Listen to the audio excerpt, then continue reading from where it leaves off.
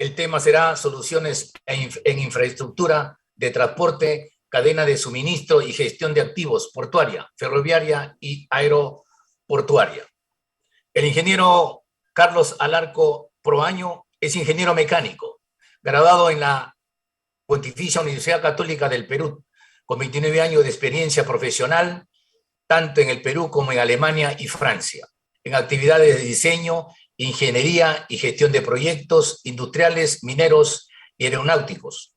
Actualmente tiene el cargo de Country Manager para el Perú y presidente para la región latinoamericana de Bechtel Corporation. Adelante, ingeniero Carlos Alarco Proaño.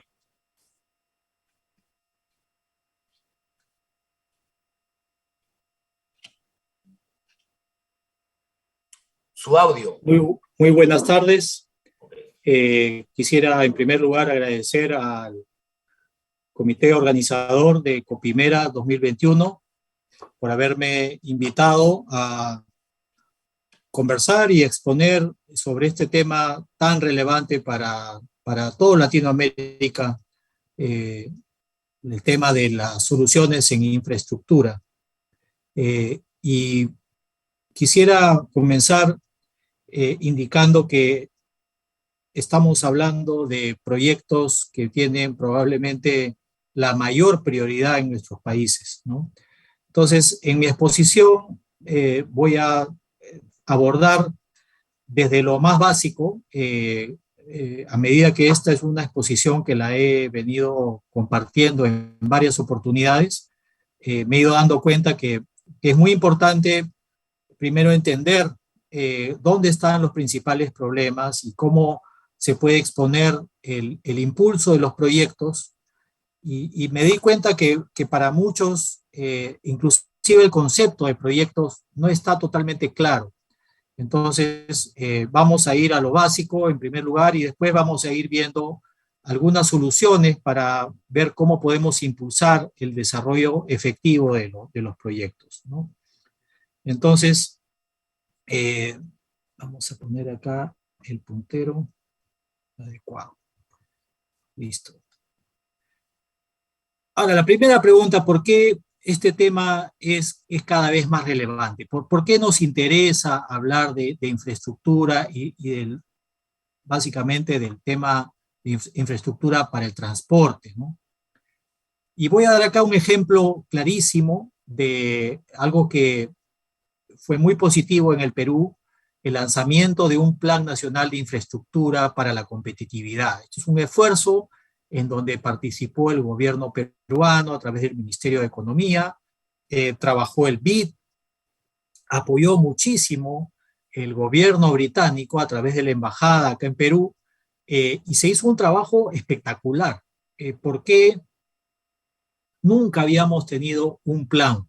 Es decir, cuando hablamos de la brecha de infraestructura, todos los ministerios presentaban sus listas y se publicaban libros sobre la brecha de infraestructura con cientos, decenas, llegaba a superar los 100.000 millones de dólares el total de proyectos. ¿Por qué? Porque le pedían a cada ministerio que diga cuáles eran los proyectos que tenía en cartera, y cada ministerio presentaba 100, 200, 300 proyectos, pero al hacer este trabajo del Plan Nacional de Infraestructura, le dijeron algo más a los ministerios. Le dijeron: no me des toda tu cartera, dame tus proyectos prioritarios.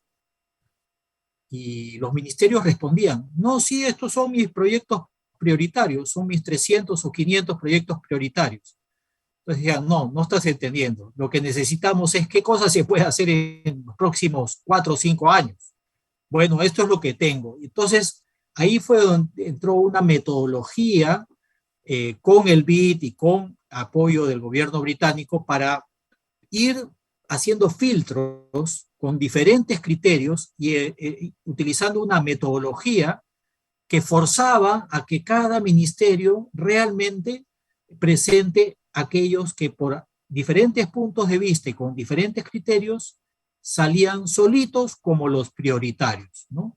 Y aquí vemos que salieron 52 proyectos y qué casualidad, 31 eran del Ministerio de Transportes y Comunicaciones. ¿Qué nos dice esto? Que en infraestructura casi siempre los proyectos de transporte, y acá ven los números, son los montos de inversión en millones de soles, que ven claramente la importancia que tienen los proyectos en este rubro, en este sector. Acá estoy dejando el link. Este plan está disponible, es público, información que está a la mano, y ahí pueden ver los detalles. Yo he resaltado acá, pero está muy claro que la mayoría de estos proyectos son proyectos de infraestructura de transporte, aeropuertos, puertos, todo lo que tiene que ver carreteras, ferrocarriles, metros, etcétera, etcétera, ¿no? Entonces, esto es algo que es muy positivo porque nos enseñó a priorizar y a hacer algo que sea realista, ¿no? No podemos tener un plan de infraestructura con 1.200 proyectos, ¿no? Eso es irrealizable, poco fácil de implementar, ¿no? Es un sueño, y si no lo reducimos a algo como esto, va a seguir siendo un sueño durante décadas, ¿no? Entonces, yo creo que esto que se hizo en el 2019 es positivo. Podemos decir que ya está obsoleto, que ahora se necesitan más hospitales, probablemente, y todos los planes pueden ser susceptibles de cambios y modificaciones y ajustes, ¿no? Pero de que esto fue la partida de nacimiento de algo que debería tener todo país, toda región y todo distrito, probablemente sí, esto es importante. Ahora, ¿qué es lo que ha pasado? Esta es noticia de hace una semana, del lunes pasado, ¿no? Solo se ha culminado 5 proyectos del Plan Nacional de Infraestructura. Es decir, algo que comenzó muy bien. Hemos visto que han habido otros gobiernos después del lanzamiento de este plan y que probablemente no le han dado la importancia. Probablemente la pandemia también tenga mucho que ver, pero la realidad es esta, ¿no? Que es muy dolorosa, ¿no? Solo se han culminado 5 proyectos del Plan Nacional de Infraestructura.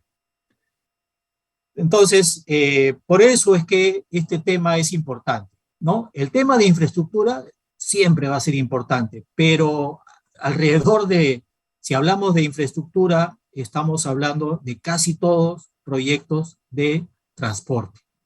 Entonces, primero vamos a analizar, a definir un poco qué cosa es un proyecto, ¿no? Que puede ser aplicable a infraestructura o a cualquier otro, muy rápidamente para esto, simplemente sentar las bases y tener una terminología común a lo largo de la presentación, ¿no?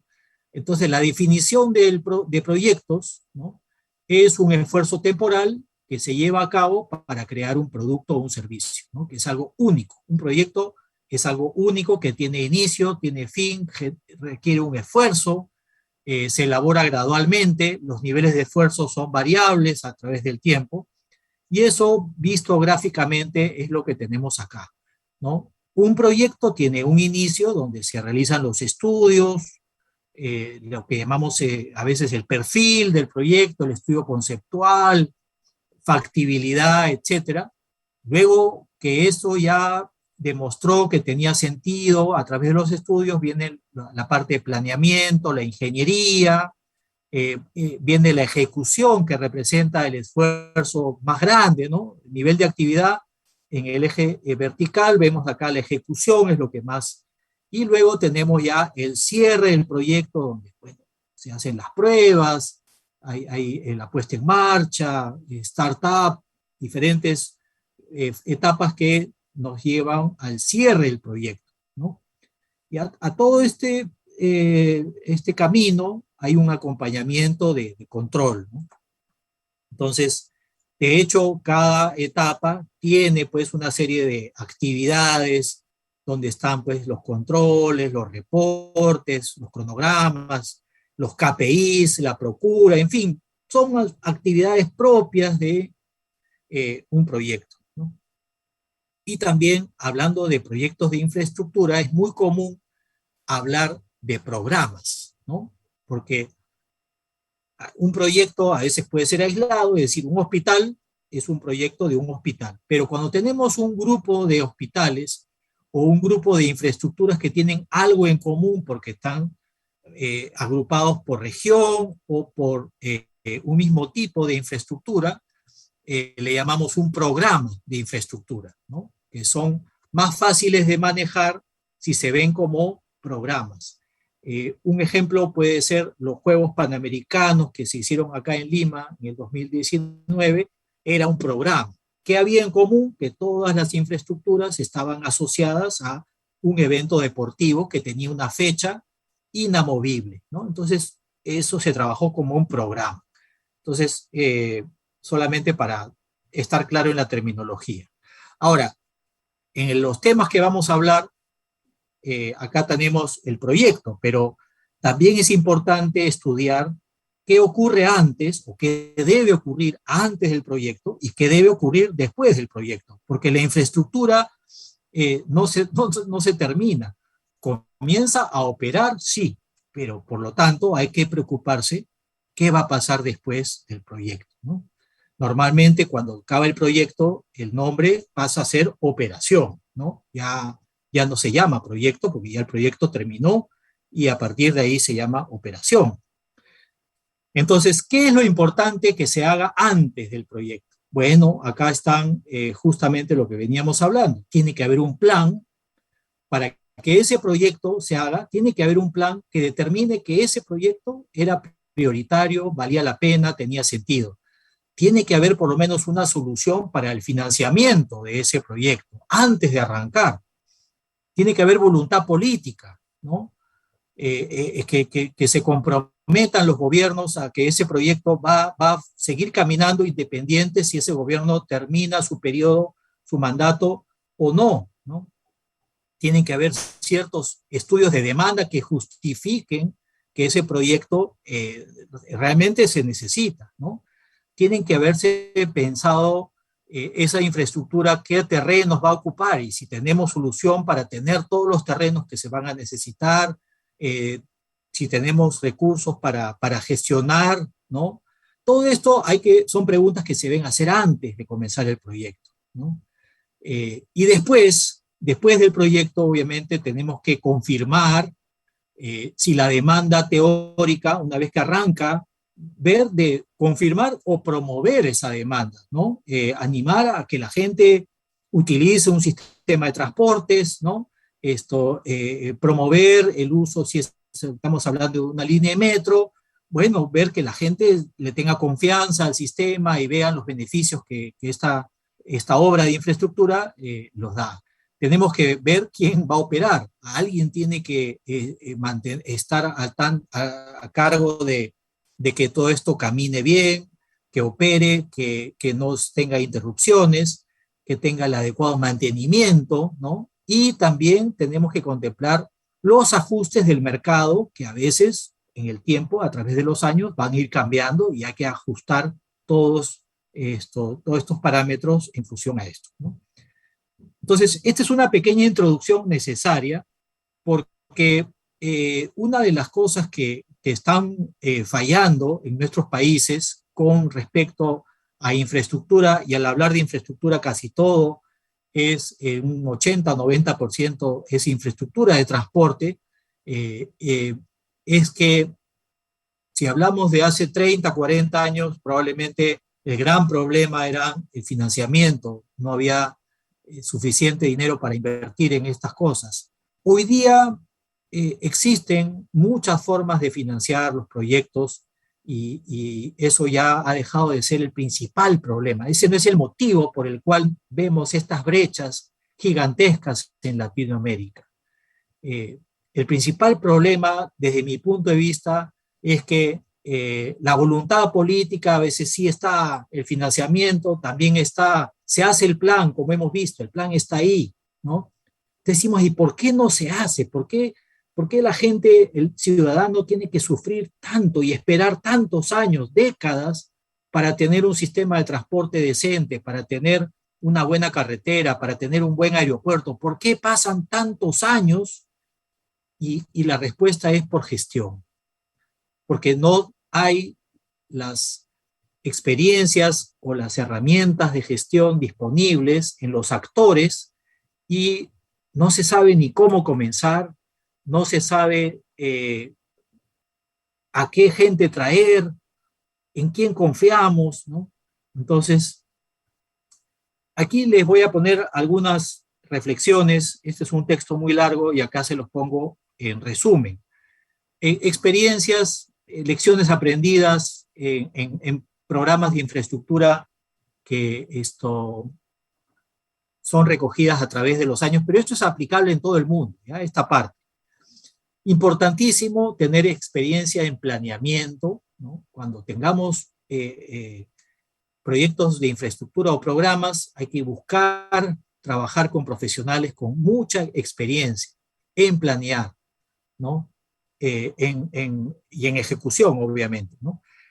Hacer que todos los involucrados estén bien enfocados en los objetivos, ¿no? Que la participación de especialistas, ¿no? Traer a la gente que ha tenido 10, 15, 20, a 30 años, 40 años en ese tema, que lo conoce, lo domina, ¿no? Es su especialidad, solamente ha visto esto y lo conoce profundamente. Traer gente especializada en cadena de suministro masivo, porque acá cuando se adquieran bienes para estos proyectos, no es que se va a comprar un equipito, una bomba, un motor, no, se van a comprar decenas de millones de dólares mensualmente. Entonces hay que tener procesos, sistemas muy grandes que permitan manejar procesos de suministro muy complejos y muchos a la vez, ¿no? Es una cantidad muy importante de compras y adquisiciones y contratos que se van a hacer. Fijar claramente los KPIs, ¿no? Estos Key Performance Indicators, ¿no? Que muchas veces no se escogen bien y tenemos el eterno problema de objetivos. Tenemos estos objetivos, los ponemos en un lindo papel, pero cuando vemos los incentivos que estamos creando, a veces son opuestos a los objetivos, ¿no? Queremos que todo salga muy barato. Sí, pero ¿y el objetivo cómo comulga? Ah, bueno, no interesa, pero vamos a poner este incentivo. Entonces, no se reflexiona cuando se crean incentivos y no nos damos cuenta que a veces son totalmente opuestos a los objetivos. Pensamos que los proyectos no deberían tener ni un solo cambio, porque nos metemos todos en un problema si hay un cambio. No, los proyectos se caracterizan por tener cambios. Van a tener cambios siempre, pero se gestionan. Entonces, traer gente especializada en el manejo ordenado de los cambios. Obviamente estamos hablando de cambios que se justifican, porque la naturaleza a veces nos hace una mala pasada, la geotecnia, el estudio de suelos, imponderables que tienen que saberse manejar. Y también saber escoger la estructura contractual adecuada para que esto no termine en un gran litigio en donde todos se pelean con todos y finalmente el beneficiario queda esperando a que resuelvan todos estos temas legales porque la estructura contractual no fue la correcta, ¿no? Y no solucionó esto desde el saque. Y aquí es donde comenzamos a hablar del Project Management Office como una de las herramientas para poder solucionar estos problemas, ¿no? Donde también voy a resumirlo para no tener que leer todo este texto. El PMO es un sistema de gestión, uno de tantos, ¿ok? Hay muchos sistemas de gestión. El PMO creo que es el más adecuado para proyectos de gran envergadura, sobre todo los proyectos de infraestructura, ¿no? Cuando se manejan por programas, es mucho más efectivo, ¿no? Porque si me dicen, oye, yo quiero un PMO para construir este hospital, bueno, te pongo 3 personas, 4 personas, 5 personas y suficiente. Cuando tenemos un PMO para un grupo de proyectos que representa ya algo más complejo porque están esparcidos en una determinada región o porque la cantidad de infraestructura también es muy grande, es muy compleja, entonces se aprovecha mejor. Luego tenemos al equipo de PMO, pero integrado con el otro lado de la mesa. Puede ser el Ministerio X de Infraestructura, el Ministerio de Transportes, el gobierno regional, el gobierno central, el alcalde, qué sé yo. Pero tiene que haber un equipo integrado entre lo que llamaríamos el cliente y el PMO. Tienen que pensar que son un solo equipo. ¿no? Y que van a trabajar como un solo equipo, ¿no? Y van a formar una relación de trabajo muy sólida, ¿no? De realmente esto, codo a codo. Un equipo que esté concentrado en el éxito del proyecto, que tengan eso como su norte, ¿no? Van a haber otras prioridades, otros intereses, pero siempre el éxito del proyecto tiene que ser el principal norte. Y nuevamente, ¿no? Fijar como equipo objetivos e incentivos que estén alineados y trabajar con mucho respeto y con mucha confianza. O sea, estas son cosas que en el PMO las tiene como características principales. ¿Okay? ¿Qué problemas suelen presentarse en los proyectos de infraestructura? Y esto no es en América Latina, esto es en todas partes del mundo. Problemas de calidad que no cumple con el objetivo, que ha sido una ejecución defectuosa, se presentan fallas, ¿no? Carreteras que no han aguantado una simple lluvia, por ahí un puente que no resiste y colapsa, ¿no? Problemas de plazo, típico, ¿no? Oye, este proyecto no iba a estar para el 2021, sí, pero bueno, no se sabe ahora cuándo va a estar, parece que un par de años más. Y seguramente mientras yo explico esto, todos están pensando en más de un ejemplo donde esto ha ocurrido. Problemas de costos. Oye, esto no iba a costar 100 millones, está costando 200. Sí, pues la verdad que estuvo un mal estimado al inicio, miles de pretextos y miles de ejemplos que vienen a nuestra mente cuando hablamos de esto. Luego también hay problemas de riesgo, ¿no? Oye, yo como gobierno quiero este proyecto de infraestructura y el contratista ponle toda la responsabilidad, todos los riesgos de su lado, el gobierno no tiene por qué asumir ningún riesgo. ¿Y qué es lo que pasa? Finalmente termina en un litigio, porque tiene que haber un balance en los riesgos en ambas partes, ¿no? Entonces, ¿qué es lo que vemos? Calidad, plazo, costos y riesgos. Unos van para un lado, otros van para el otro. Y a veces se comienzan a tomar decisiones desesperadas y dicen, oye, para cumplir con la calidad y con el plazo, vamos a traer todo por avión, sacrificamos costos, ¿no? O por cumplir con los costos y cumplir con el plazo, sacrificamos calidad. Entonces tenemos que aprender a que estos parámetros tienen que cumplirse todos y en simultáneo. No es que sacrifico uno para sacarme 20 en las otras materias. Tengo que sacarme 20 en todo. De caso contrario, los proyectos no son exitosos. Que están ahí, que podemos decir que sí, que están funcionando, sí, pero si costó el doble, demoró el doble, tiene problemas de calidad, no cumple el objetivo, finalmente no le podemos llamar un proyecto exitoso. A estas dificultades, ahora sí, en América Latina existen algunos retos que sí son particulares, ¿no? El tema de transparencia, ¿no? ¿Cómo podemos hacer para que los proyectos estén cubiertos con un manto de conducta ética en todos los involucrados? ¿Cómo podemos hacer para que la información sea tan transparente que se pueda compartir de manera abierta, que pueda haber una página en la que todo esté ahí transparentemente y sea informado? Y obviamente el primero que tendría que tener acceso a esas páginas donde todo es transparente y todo se comenta es entidades de fiscalización, Contraloría, que ellos puedan abrir su computadora y ver los concursos que han habido, el puntaje que ha habido para cada postor, el por qué ganó un postor y por qué no ganó el otro. Procesos de selección impecables, ¿no? Existen buenas prácticas y no las estamos utilizando. Transparencia en todas las adquisiciones y contrataciones.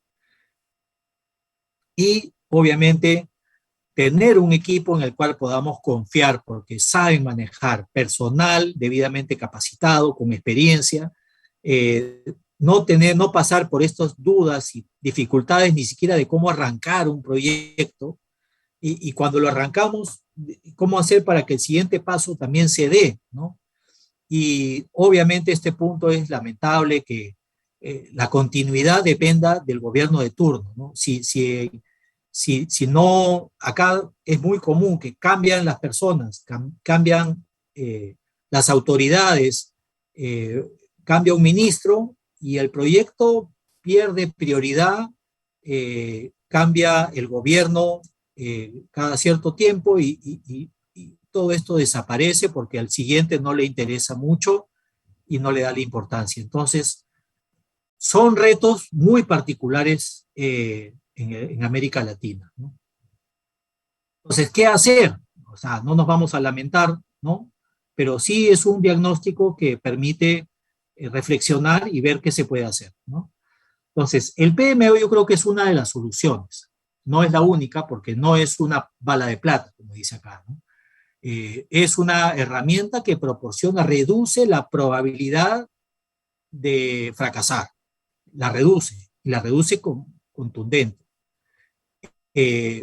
Tratar de no pensar que el PMO es algo que tengo 50 proyectos, ya voy a tener 50 PMOs. No es así. Tratar de agruparlo por programas y tener 1, 2, máximo 3 PMOs que se encarguen de toda esa cartera, ¿no?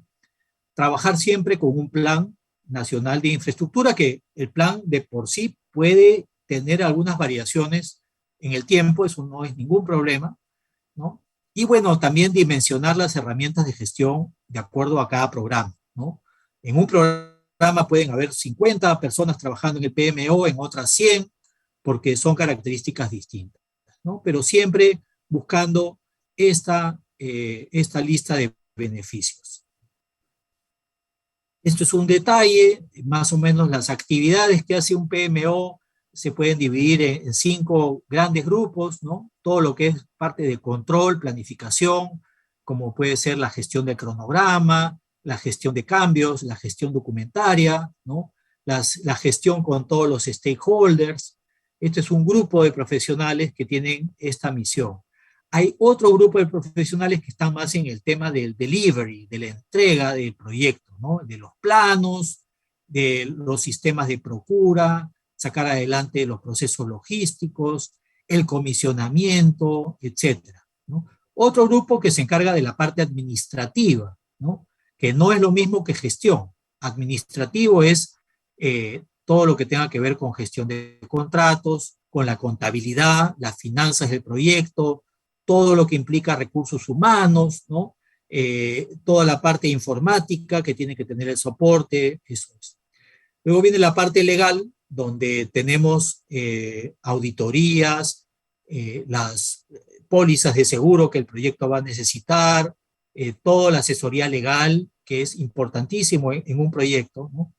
Y finalmente todo lo que es aseguramiento de algo, ¿no? Aseguramiento de calidad, sostenibilidad, medio ambiente, etcétera, ¿no? Visto de otra perspectiva, podemos verlo lo mismo, pero agrupándolo acá en forma de ruedas, en donde tenemos los mismos grupos, ¿no? Un equipo que ve la gestión de la construcción, otro grupo que se encarga de la parte documentaria, otro grupo que se encarga de la seguridad y el medio ambiente y la salud, otro grupo que ve el control del cronograma, otros que ven aseguramiento de calidad, en fin. Cada grupo es un líder y un equipo de trabajo, pero todos trabajan articuladamente como una máquina. Entonces, esto es otra forma de definir. El PMO es el paraguas que engloba todas estas actividades, ¿no? Pero que son actividades que no trabajan de forma aislada, sino trabajan como se ve acá en la imagen, ¿no?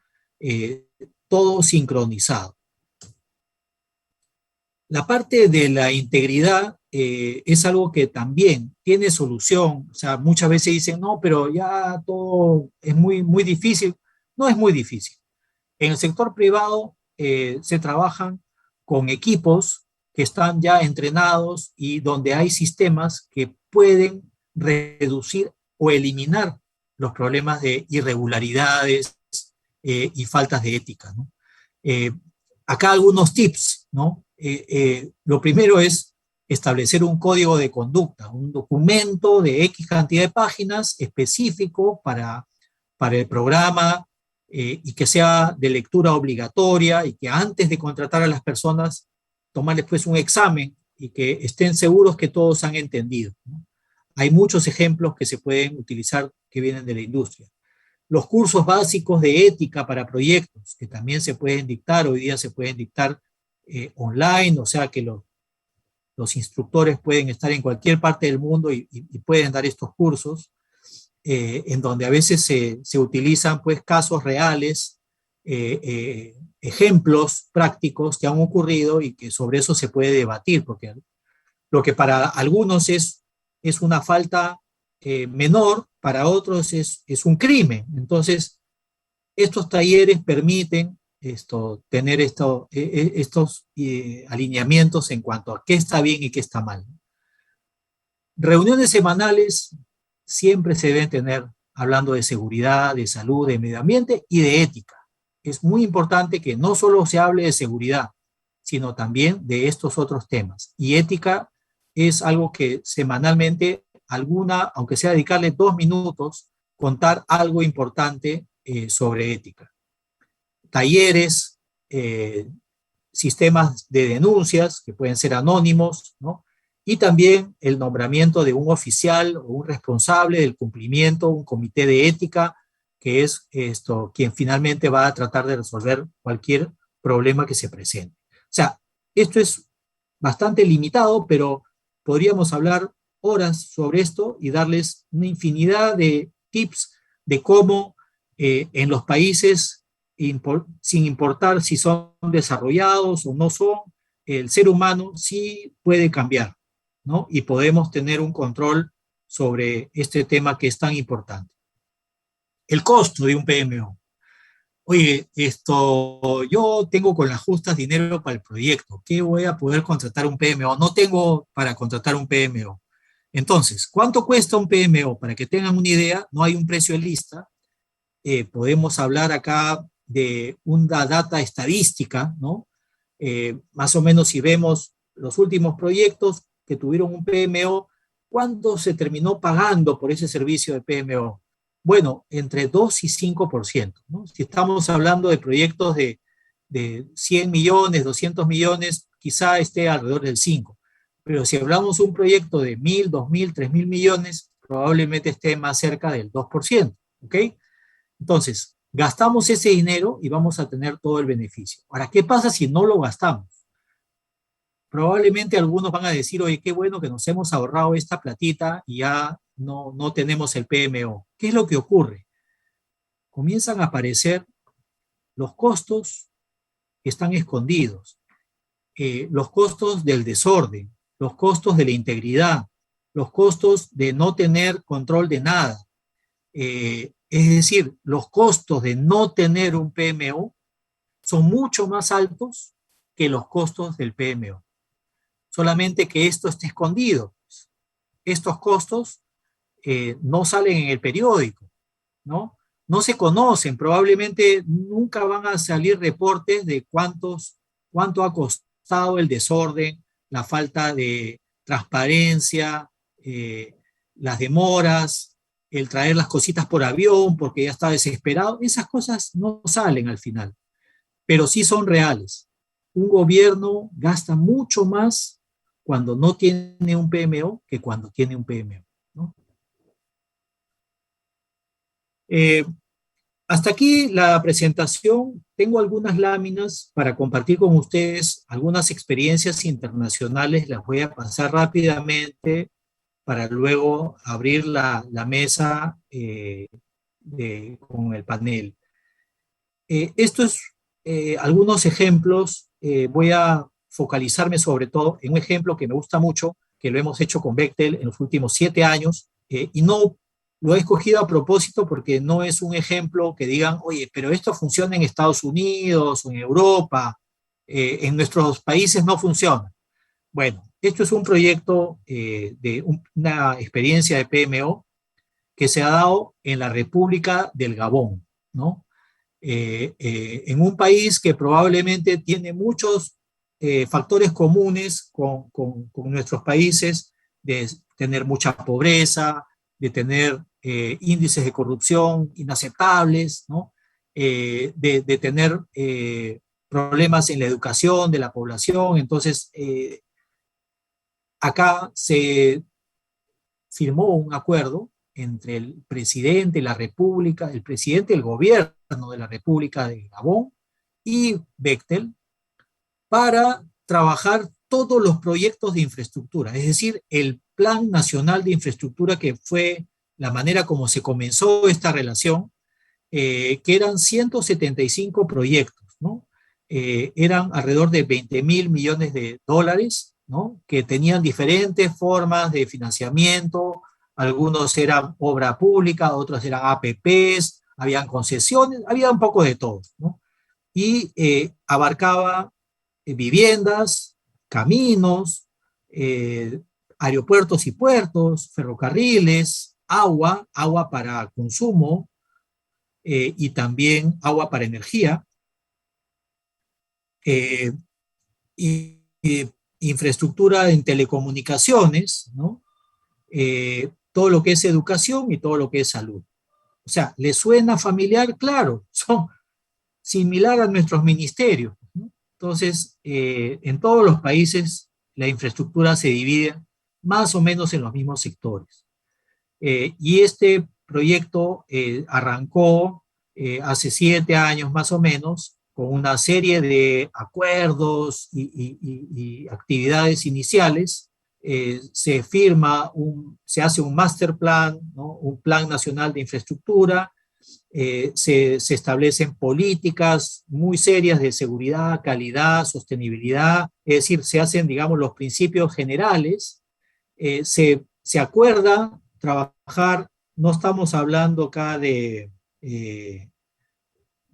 un tema de acciones, estamos hablando de cuánto ponemos de esfuerzo, el hombro, trabajar 50-50, como socios, como un solo equipo, ¿no?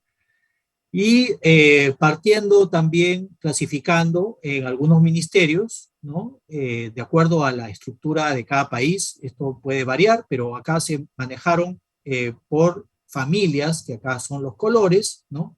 Para que exista claramente la responsabilidad del ministerio, ¿no? Se comenzaron a hacer los planes, ¿no? Y estos fueron los resultados, ¿no? Al cabo de 5 años, esto era lo que se publicaba como logros, ¿no? Cuánto se había invertido en esta primera parte, ¿no? De viviendas. Acá tenemos todo lo que es las carreteras, ¿no? Todas las vías. Acá tenemos puertos, aeropuertos, ¿no? Año por año.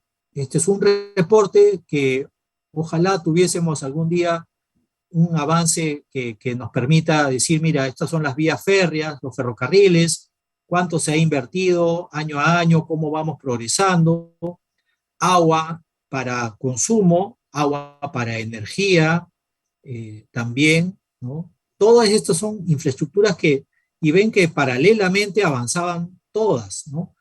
Telecomunicaciones, tanto por inalámbrico como con fibra, ¿no?